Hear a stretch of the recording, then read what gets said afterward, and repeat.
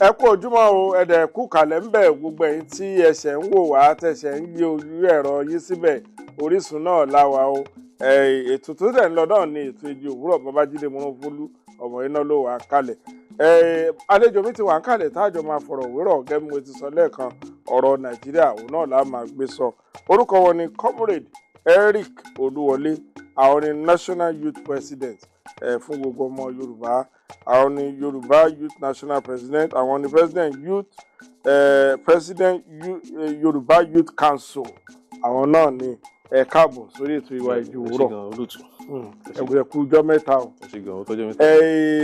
Ìgbà kan mò ń pè náà nọ́mbà yín ò lọ ẹ̀hún ẹ̀ lọ Brazil. Bó o ní kílẹ̀ lọ ṣe ń Brazil kílẹ̀ mú bọ̀ láti Brazil. Iṣẹ́ ọ̀dọ́ náà ló gbé wa káàkiri torí culture Yorùbá òun ló pọ̀ ó pọ̀lọpọ̀ nílùú Brazil. Ní Brazil ní Cuba gbogbo ẹ̀ China, so ó wà lára iṣẹ́ tí a dẹ̀ lọ ṣe díẹ̀díẹ̀ láìpẹ́ ká ti padà délé. Ẹ̀mú ìfẹ́ ká pé ọ̀rọ̀ yẹn sọ mo fẹ́ ká kúkú sọ káwọn èèyàn lè mọ ibi tí iṣẹ́ dé. Mo mọ̀ pé lóòótọ́ bá sọ̀rọ̀ nípa gbogbo àwọn òòṣà tó jẹ́ pé a ti gbàgbé nísìnyí Ògún, Ṣàngó, Ọbàtálá, Ọya kọ̀ọ̀kan tó jẹ́ pé àfara tí gbogbo ẹ̀ mọ́ ní apá ìhà wa ń bì. Mọ̀ pé láwọn Cuba, Brazil lọ bẹ Sao Tome Principe gbogbo àwọn olùbáyẹn àti àwọn Caribbean mo mọ̀ pé wọ́n sì ń ṣe àwọn òòṣà yẹn. Àdẹ́rì pé wọ́n dẹ̀ ṣe ń sọ àwọn èdè Yorùbá àmọ́ ó lè má dán mọ́rán bíi tiwa báyìí nítorí pé àwọn èdè tàwọn náà tọ́ ní lọ́hùn. Ṣé bẹ́ẹ̀ náà ló ṣe ṣe rí?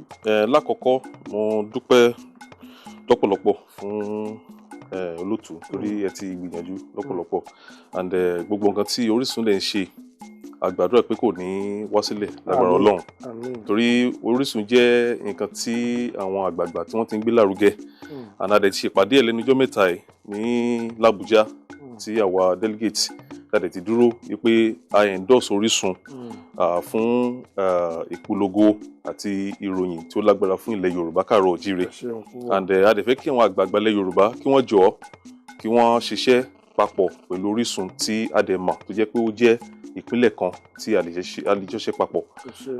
Kí lè lórí ọ̀rọ̀ tí ẹ bá mi sọ olóòtú nílùú Cuba, nílùú China, even Caribbean countries, even Brazil.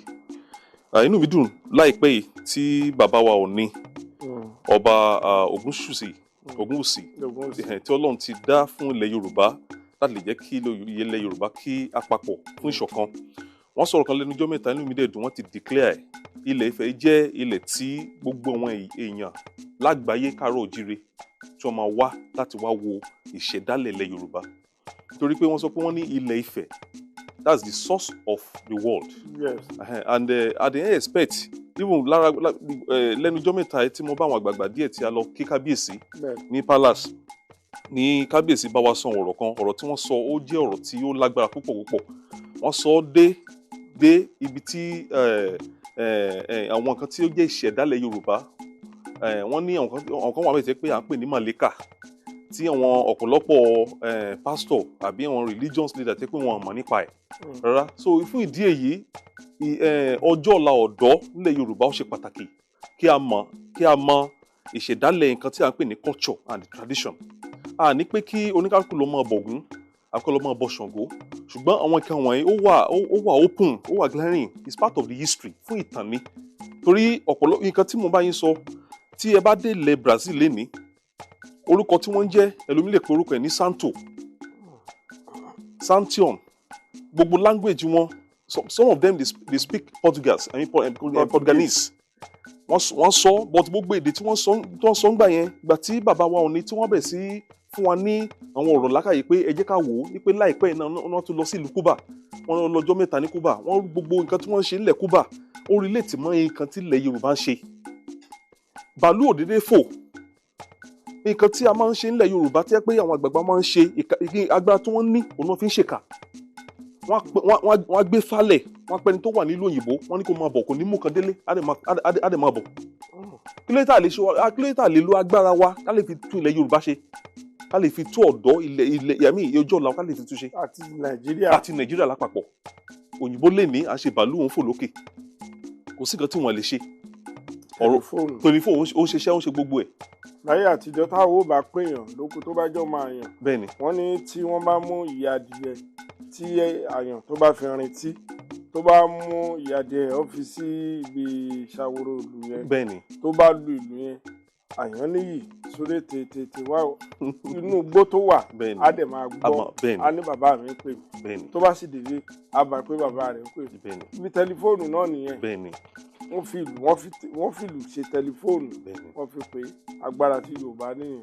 so ẹ ṣe olóòtú ọ̀rọ̀ ti Kúbà torí ọ̀pọ̀lọpọ̀ àṣà wa nílẹ̀ káàrọ̀ oòjíire tí a pè nílẹ̀ Ifẹ̀ tí gbogbo ojúmọ́ ti wáyé gbogbo ẹ̀sìn náà ni wọ́n ń sìn lọ́hùn nílẹ̀ Kúbà.